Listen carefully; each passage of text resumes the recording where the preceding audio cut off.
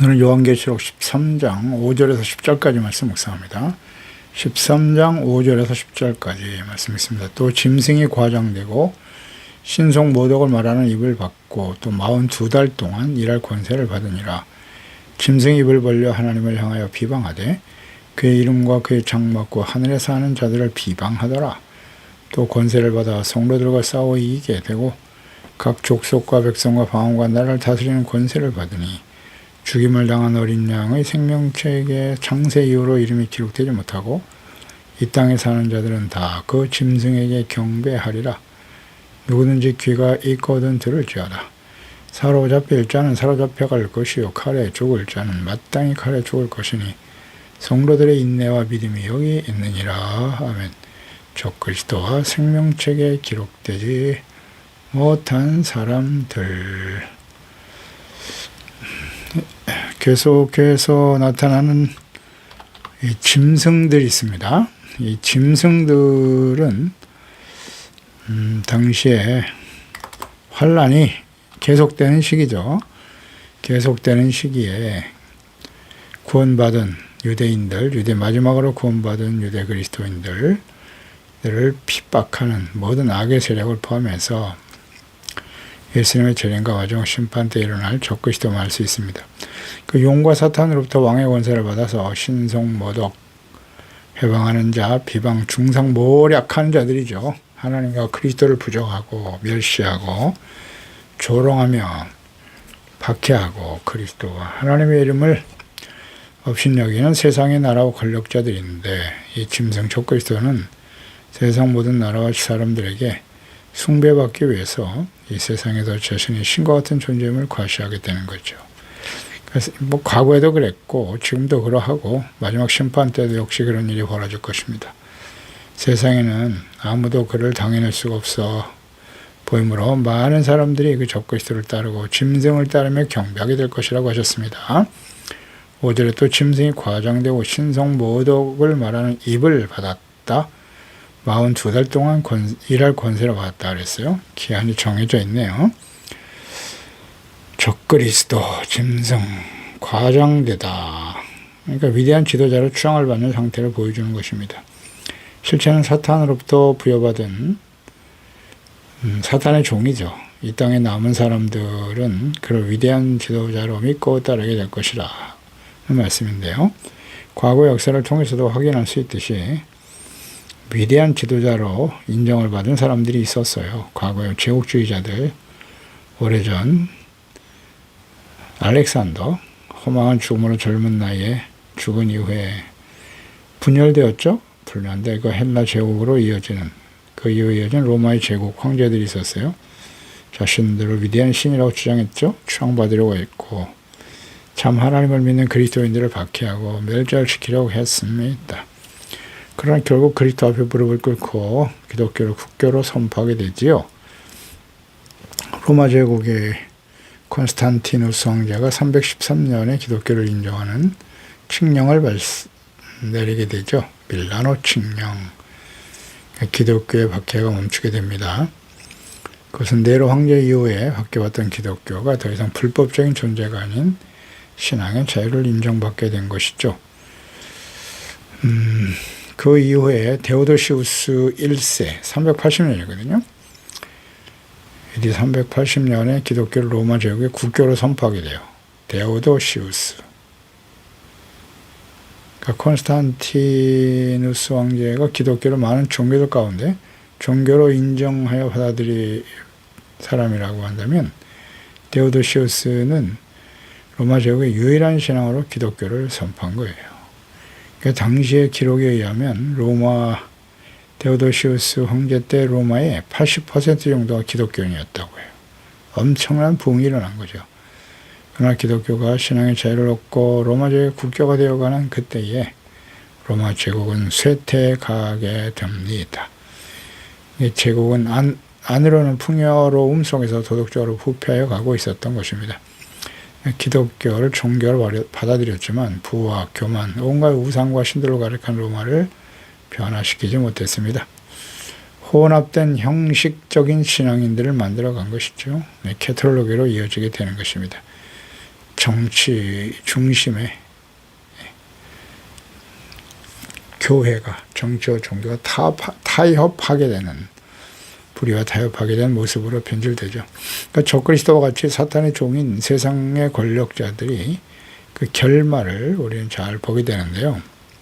사탄의 종들, 과거 역사 속에 지금 살펴보는 거예요. 이런 자들이 이제 휴거가 일어난 이후에 마지막 심판 때 이 땅에 또다시 일어나게 될 것을 의미하는 것인데요. 2차 대전을 일으킨 독일의 위대한 지도자로 추앙받았던 히틀러를 한번 보세요. 히틀러. 그는 이전에 이탈리아 파시스트였던 무솔리니를 동경하고 자신의 삶의 롤모델로 삼았다고 하죠. 그 위대한 영도자로 인정받던 이탈리아의 무솔리니, 히틀러, 그들의 결말이 어떤가를 잘 보세요. 역사를 통해서 교훈을 얻어야 돼요. 수천만의 사람들을 죽음으로 몰아갔죠? 예, 죽였습니다. 전쟁을 통해서 말이죠. 그리고 자신의 권력을 유지하는 일에 힘썼을 뿐이에요. 위대한 지도자가 되고 싶었던 거죠. 그러나 자기 자신들도 결국은 처참한 죽음을 맞이하게 됩니다. 이들은 모두 사탄의 종들이에요. 장차 일어나게 될 적그리스도 역시 위대한 지도자로 추앙을 받겠으나 결국 하나님의 심판 앞에서 멸망의 길을 가게 될 것입니다. 사탄의 종인 적그리스도는 신성 모독을 말하는 입을 받았다. 사탄으로부터 하나님과 그리스도를 부정하고 대적하는 자로서 말하는 입, 그러니까 언변이 굉장히 뛰어난 능력을 부여받았다. 대부분의 위대한 지도자들의 특성 중에 하나는 이렇게 말을 잘해요. 사람들을 미혹하죠. 선동하는 거죠. 하나님과 그리스도를 대적하고 유대인들과 유대 그리스도인들을 박해하는 강력한 힘을 발휘하게 될 것이다 라는 말씀이에요. 적그리스도는 기한이 정해져 있습니다. 42달, 이것이 이제 마지막 심판, 환란, 7년 환란 중에 후 3년 반 동안 활동하게 될 것이라는 말씀입니다. 그러니까 짐승 적그리스도가 행하는 권세가 사탄에게로부터 주어진 것이지만 그들이 활동할 수 있는 권세 역시 하나님께서 용인하신 것입니다. 하나님이 허락하신 그 범주 안에서 그 모든 일이 이루어지게 될 것이지요. 하나님께서 정하신 심판의 기간 중에 거룩한 주의 자녀들이 이미 휴거로 하나님께로 올라간 이후 예수 그리스도의 재림을 통해서 먼저 공중으로 끌어올려 하나님께 데려감을 당한 이후에 이 땅에 남은 사람들이 있겠죠. 많은 교회와 교인들이 이 땅에 남을 거예요. 이후 혼란하고 불의와 악인으로 가득한 세상에서 권력을 잡아 활동하지만 하나님께서 행하시는 심판에서 살아남을 수 없고 결국 모든 사람들을 하나님의 무서운 재앙과 심판으로 멸망시키는 일에 쓰임받게 될 것입니다. 그러므로 하나님의 자녀들을 정치 권력자들, 위대한 지도자를 자청하면서 자신의 권력과 명예와 이익을 추구하는 세상 지도자들의 말과 능력을 추종하는 어리석은 생각과 행동을 버려야 됩니다. 세속적인 지도자들, 그 마음에 하나님이 없는 사람들, 지금도 사람들을 미혹하는 사탄의 사자인 지도자들이 세상에 가득합니다. 그들이 하나님의 나라를 세워줄 위대한 지도자로 착각하는 어리석은 교인들이 얼마나 많은가. 분별력이 없는 교인들을 미혹해서 선동해서 결국 자신의 이익과 명예를 추구하려고 하는 자들, 거짓 목사들, 거짓 선자들이 오늘도 넘쳐나고 있습니다. 그러니까 이런 현상들이 곧 주님의 재림과 마지막 심판이 임박했다는 징조임을 보여주고 있는 것입니다. 하나님의 나라는 정치적인 힘으로 이루어지는 것이 아닙니다. 과거와 카톨릭의 부패를 잘 보세요. 그 원인이 무엇인가? 역사를 공부해야 돼요. 역사를 최소한 성경을 통해서 하나님의 뜻을 바르게 이해하고 깨달아야죠. 그저 그냥 자신의 이익과 명예와 영광을 위해서 거짓을 진리인 것처럼 말하고 사람들을 어리석은 무분별한 성로들을 속인단 말이에요. 이거 참 오늘날까지 좋은 시대에 말이죠. 역사에 대해서 그냥 검색 한 번이면 다 찾아볼 수 있는 것들인데도 이 거짓에 미혹되면 이런 데 무관심하단 말이에요. 사탄이 하는 일이에요. 하나님의 나라는 이렇게 정치적인 권력과 힘을 얻는다고 해서 되는 게 아니에요. 예수님을 보십시오. 예수님께서는 만왕의 왕으로 이 땅에 오셨지만 그리스도 왕이시죠. 그러나 이 세상 나라의 왕이 되기 위해서 오신 것이 아닙니다. 내가 왕이나 나에 속한 나라는 이 세상에 속한 것이 아니라고 빌라도 앞에서 분명히 증거하시면서 십자가를 지셨잖아요. 십자가에 자신을 속죄제물로 드리심으로써 모든 사람들의 죄를 용서하고 구원을 이루신 분이에요. 죄를 버리고 이롭고 거룩한 하나님의 자녀와 백성이 되어 왕이신 하나님을 경외하고 사랑하고 계명을 순종하는 하나님의 나라가 세워지는 것, 이것을 우리는 바르게 이해해야 합니다. 하나님의 말씀대로 순종하고 그리스도를 본받고 따르는 삶을 통해 세워지는 하나님의 나라. 다 속습니다. 무슨 정적인 강력한 지도자, 과거에 예수님을 다윗과 같은 위대한 힘을 가진 정치 경제적인 안정을 우리에게 주는 그런 왕을 기다리고 있었단 말이에요. 그리스도를. 그 심각한 오류를 지금도 범하고 있지 않습니까? 정신 차려야죠. 이 분별이 안 됩니까? 6절에 짐승이 입을 벌려 하나님을 향하여 비방하되 그의 이름과 그의 장막 곧 하늘에 사는 자들을 비방하더라. 짐승 적그리스도는 입을 벌려 하나님을 향하여 비방했다. 신성모독, 중상모략, 사탄이 하는 일이에요. 짐승이 하나님을 대적하며 자신을 하나님이라 주장하면서 오히려 하나님과 그리스도를 모독하게 될 것입니다. 데살로니가후서 2장 4절에 그는 대적하는 자라 신이라 불리우는 모든 것과 숭배함을 받는 것에 대항하여 그 위에 자기를 높였다. 그리고 하나님의 성전에 앉아 자기를 하나님이라고 내세우느니라. 적그리스도의 특성이죠. 그러니까 하나님을 모독한 이러한 행위들, 역사 속에 자주 나타납니다. 헬라 제국 중에 시리아 왕이었던 안티오쿠스 에피파네스. 당시에 시리아와 팔레스타인, 유대 땅을 지배하고 있었죠. 다스리고 있었던 안티오쿠스 에피파네스의 신성모독이 잘 나타나 있는데요. 다니엘서 7장 25절에 보면 그가 장차 지극히 높으신 이를 말로 대적하고 또 지극히 높으신 이의 성도를 괴롭게 할 것이고 그가 또 때와 법을 고치고자 할 것이며 성도들은 그의 손에 붙임 바 되어 한 때와 두 때 반 때를 지나리라. 한 때, 두 때, 반 때. 이것은 당시 다니엘서가 이제 장차 일어날 일에 대해서 또 그리고 예수님의 초림과 재림으로 맞춰져 있어요. 다니엘서도 그렇고 모든 선지서들이 예수님의 초림, 메시아, 그리스도와 마지막 재림과 연결되어 마지막 심판까지 다 예언이 되어 있으면 우리는 잘 묵상하게 되지요. 다니엘서 역시 마찬가지인데요. 한때, 두때, 반때. 오늘 계시록에 계속 7년, 8년 동안 일어날 심판의 내용 중에 한때, 두때, 반때. 3년 반이잖아요. 42달, 1260일에 대해서 계속 언급되어 있죠. 우리가 지난 시간에도 묵상했듯이 이 안티오쿠스 에피파네스가 예루살렘을 더럽히거든요. 성전을 더럽히는 돼지의 피를 성전에 뿌리고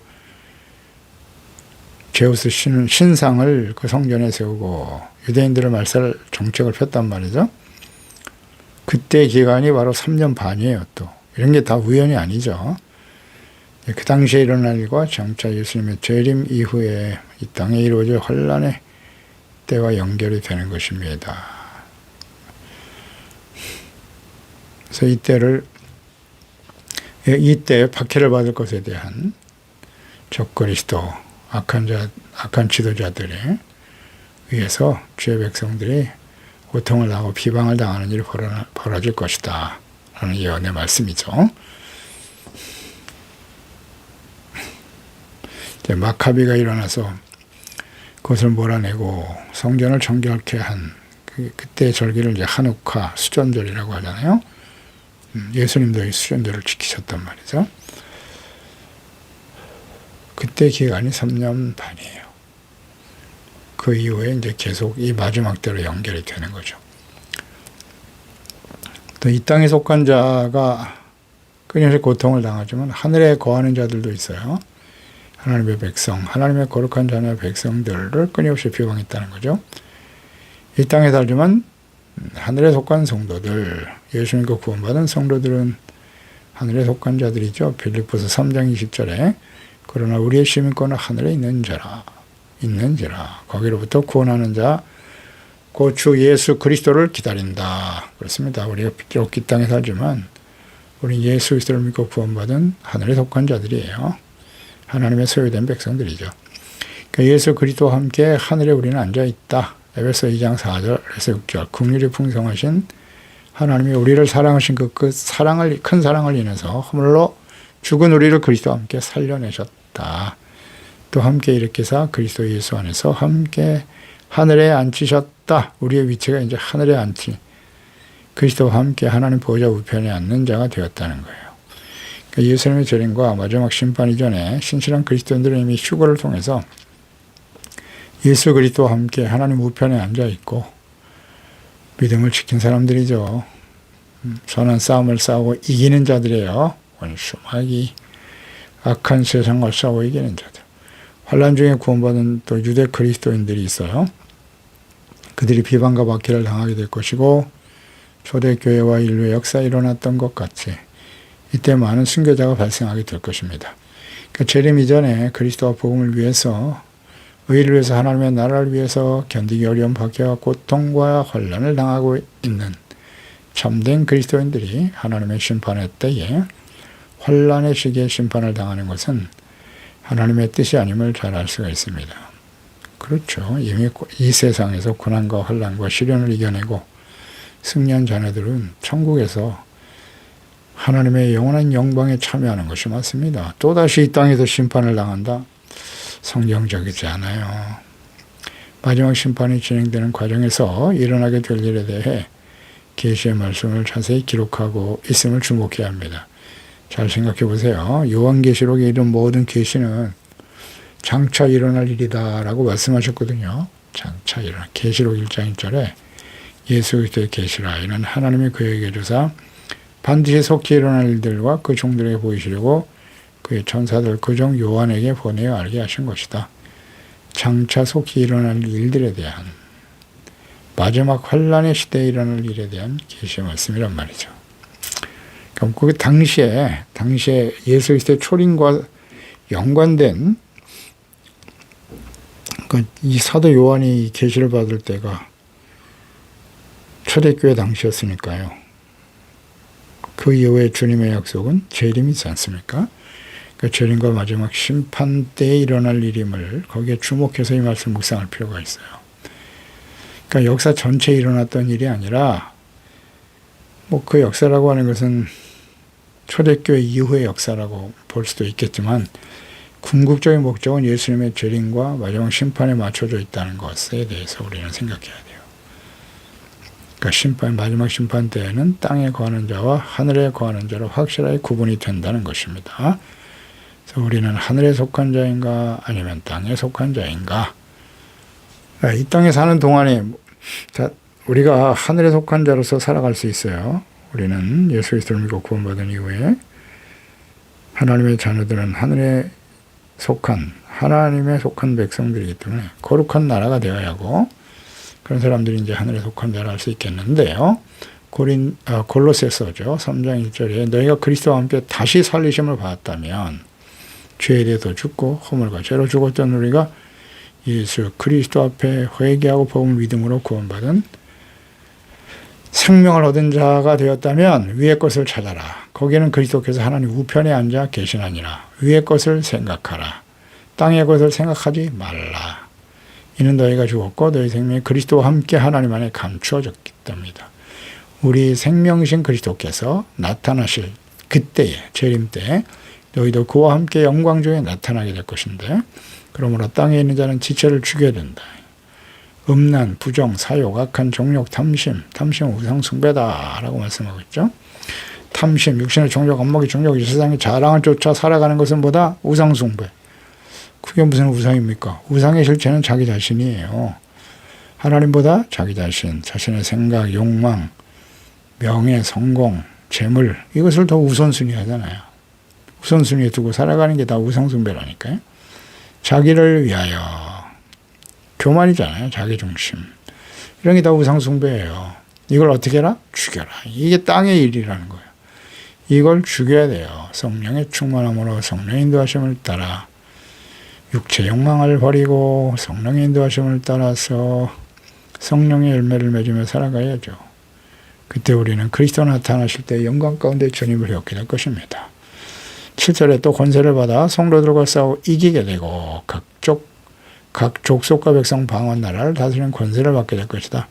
적그리스도가 사탄으로부터 권세를 받아서 성도들과 싸워서 이기게 될 거라 말씀하고 있네요. 이게 된다. 외형적으로는 성도들을 박해하고 고난과 순교를 당하게 할 것이라는 거죠. 짐승은 용으로부터 모든 족속 방언 백성 나라를 다스리는 권세를 부여받게 되고요. 이는 사탄이 휴거로 참된 그리스도인들이 사라진 모든 세계와 나라 백성들을 지배하는 권세를 받아서 메시아처럼 군림하게 될 것을 보여줍니다. 그러나 이러한 시도들을 통해서 일시적, 즉 후 3년만 동안 세계를 지배하고 환란 중에 구원받게 될 유대인들, 그리스도인들을 박해하고 죽일 수 있겠지만 궁극적으로는 하나님의 심판으로 짐승은 패배하여 멸망당하게 될 것입니다. 이건 뭐 틀림없죠. 하나님이 약속하신 대로. 8절에 죽임을 당한 어린 양의 생명책에 창세 이후로 이름이 기록되지 못하고 이 땅에 사는 자들은 다 그 짐승에게 경배할 것이다. 그렇군요. 죽임 당한 어린 양의 생명책에 창세 이후로 그 이름이 기록되지 못했다. 자, 이 말씀을 주목해 보면 죽임 당한 어린 양, 예수 그리스도죠. 예수 그리스도의 생명책을 창세 이후로, 창세부터 있었네요. 그렇죠. 예수님은 창세부터 계셨고 십자가에 죽으시고 부활 승천하신 하나님의 아들 예수 그리스도. 그러니까 이 땅에 사는 자, 태어나 살아가는 모든 사람들, 아담과 하와의 후손으로 태어난 모든 사람들, 어린 양 예수 그리스도의 생명책에 그 이름이 기록된 사람이 있고 기록되지 않은 사람이 있다. 이 생명책에 대한 기록을 보면 모세가 금송아지 우상을 만든 이스라엘 백성들을 용서해달라고 하나님께 간청할 때, 모세가 시내산에서 하나님을 배웠고 십계명을 받고 있을 때 모세가 늦게 내려오는 것을 보고 이 땅에서 그 시내산 기슭에 있던 이스라엘 백성들이 말입니다. 하나님을 대적하고 우리를 인도할 신을 만들어내라고 금송아지 우상을 만들게 하죠. 그때 그 모든 모습을 직접 하나님께서 보게 하시고 그들의 부패하고 타락한 모습을 보고 분노한 모세가 돌판을 떨어뜨려 깨뜨렸죠. 하나님이 주신 십계명. 그때 이제 이런 모든 일을 수습하고 하나님 앞에 백성들의 용서를 위해서 간청할 때에 저렇게 32절 이하에 그러나 이제 그들의 죄를 사해 주세요. 그렇지 아니하면 원하건대 주께서 기록하신 책에서 내 이름을 지워버려 주세요. 여호와께서 모세에게 이르시되 누구든지 내게 범죄하면 내가 내 책에서 그를 지워버릴 것이다. 이 책이 생명책 아닙니까? 하나님의 생명책, 구원받은 하나님의 자녀들, 언약의 백성들이 기록된 책인데 아주 중요한 말씀하셨어요. 누구든지 내게 범죄하면 그랬잖아요. 내가 내 책에서 그를 지워버린다. 자, 이 말씀 아십니까, 여러분? 누구든지예요, 누구든지. 그러니까 이스라엘 백성들이 아브라함의 후손이긴 하지만 언약의 백성이긴 하지만 그 언약이라고 하는 것은 쌍방 언약이에요. 하나님이 하신 말씀을 듣고 지킬 때 그 언약이 완성되는 거지만 일방적으로 하나님의 말씀을 불순종하고 악을 행하면 깨지는 거예요. 말씀하셨잖아요. 누구든지 범죄하면. 성경 말씀을 보세요. 모세오경. 하나님의 그 언약. 지켜 순종하는 자에게 하나님의 약속이 성취가 되는 거예요. 하나님의 축복의 약속이 성취되는 것이고 신명기 28장을 잘 보세요. 레위기 26장도 역시 마찬가지고요. 순종하면 복을 주시지만 불순종하고 하나님의 말씀을 버리면 저주가 임한다. 분명하잖아요. 내가 너에게 복과 저주, 생명, 화를 주었는데 오늘 내가 선택하라고요. 그 책에 이름이 기록되지 못한 자는 범죄하고 돌이키지 않는 자예요. 분명히 용서받을 수 있는 길을 열어놓으셨어요. 신약 성경에 보면 사도 바울의 동역자들이 생명책에 기록됐다고 말하고 있네요. 빌립보 4장 3절에 또 참으로 나와 멍에를 같이 한 내게 구하노니 복음에 나와 함께 힘쓰던 저희 연을 듣고 또한 클레멘도 그 외의 동역자들을 도우라. 그 이름들이 생명책에 있다. 사도 바울의 사역에 함께 동역했던 사람들 생명책에 기록됐다고 하네요. 계시록에는 6번 나타나요. 3장, 13장, 17장, 20장, 15장, 12장, 그 다음에 21장이네요. 21장 27절에는 죽임을 당한 어린 양의 생명책이라고 기록되어 있죠. 그러니까 어린 양 예수 그리스도의 죽음이 모든 사람들에게 죄사함과 구원과 영원한 생명의 근원임을 잘 말씀해 주고 있습니다. 여기에 기록되지 못한 사람들은 창세 이후에 그랬으니까 성경 전체는 어린 양 예수 그리스도를 통해서 죄사함 받고 의롭다함을 얻고 구원받을 수 있음을 잘 나타내 보여줍니다. 요한복음 5장 36절 이하죠. 아버지께서 내게 주사 이루게 하신 역사, 곧 내가 하는 그 역사가 아버지께서 나를 보내신 것을 나를 위하여 증언하신 것인데 또한 나를 보내신 아버지께서 친히 나를 위하여 증언하셨느니라. 너희는 아무 때도 그 음성을 듣지 못하였고 그 형상을 보지 못했는데 말씀이 너희 속에 거하지 아니하는 이는 그가 보내신 이를 믿지 않는다. 너희가 성경에서 영생을 얻는 줄 생각하고 성경을 연구하거니와 이 성경이 곧 내게 대하여 증언하는 것이다. 성경 전체가 하나님의 아들 예수 그리스도를 증거하고 있어요. 영생과 구원에 관한 성경의 모든 하나님의 말씀과 뜻이 예수 그리스도를 나타내고 범죄하고 타락하여 영과 육이 죽어 사망에 처한 사람들을 구원하시려고 하는 하나님의 뜻 예수 그리스도를 중심으로 이루어지게 되는 것입니다. 그래서 출애굽 6월절 어린 양, 흘림 피, 정결케 하는 피, 모세, 율법, 성막, 절기 이 모든 것이 다 예수 그리스도를 예표하는 거예요. 그림자라고요.